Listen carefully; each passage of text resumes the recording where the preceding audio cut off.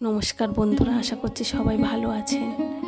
আজও আমাদের বাসন্তীতে তিলোত্তমা মৃত্যুর কারণে মিছিল বেরিয়েছিল, আর আগেও বেরিয়েছিল, একদিন আপনাদেরকে দেখিয়েছি।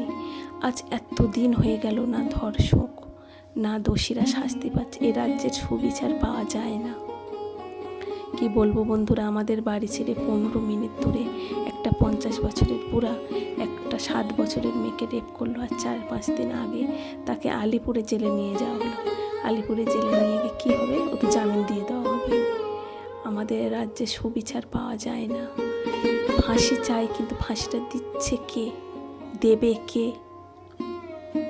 আমরা গ্রামের দিকে থাকি, আমাদের পরিস্থিতি খুব খারাপ। আমাদের সব কিছু দূরে, স্কুল 3 কিলোমিটার দূরে যেতে হবে, টিউশন 2.5 কিলোমিটার দূরে যেতে হবে। আশেপাশে আছে, এখন ছোট বলে আমার মেয়েটাকে সেখানে পড়াচ্ছি। আশেপাশে তারা নিচু ক্লাসগুলো পড়াতে পারবে, কিন্তু উঁচু ক্লাসে তারা পড়াতে পারবে না। আমার মেয়েটাকে আমি সন্ধ্যের আগে টিউশন দিয়ে আসি, সন্ধ্যে 8টা বাজলে নিয়ে আসি, কিন্তু 8টা মানে আমাদের এখানে ভরা রাত, চারিদিকে জঙ্গল, আর রাস্তায় একটা লাইট নেই।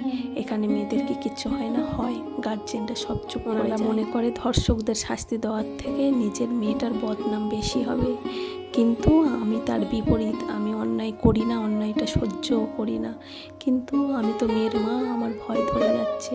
বুকের ভিতর খুব সময় ভয় লাগে, রাতে দিনে ঘুম আসে না, শুধু চিন্তা হয় কী হবে। মেয়েটা তো দিন দিন বড় হচ্ছে, কী হবে?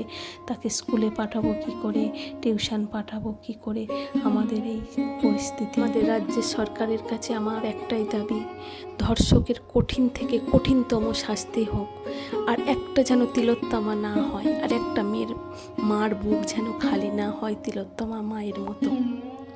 একটাই সুর, বিচার চাই, বিচার চাই। We want justice. তো বন্ধুরা, সবাই ভালো থাকবেন, সুস্থ থাকবেন। আবার দেখা হবে পরের ভিডিওতে।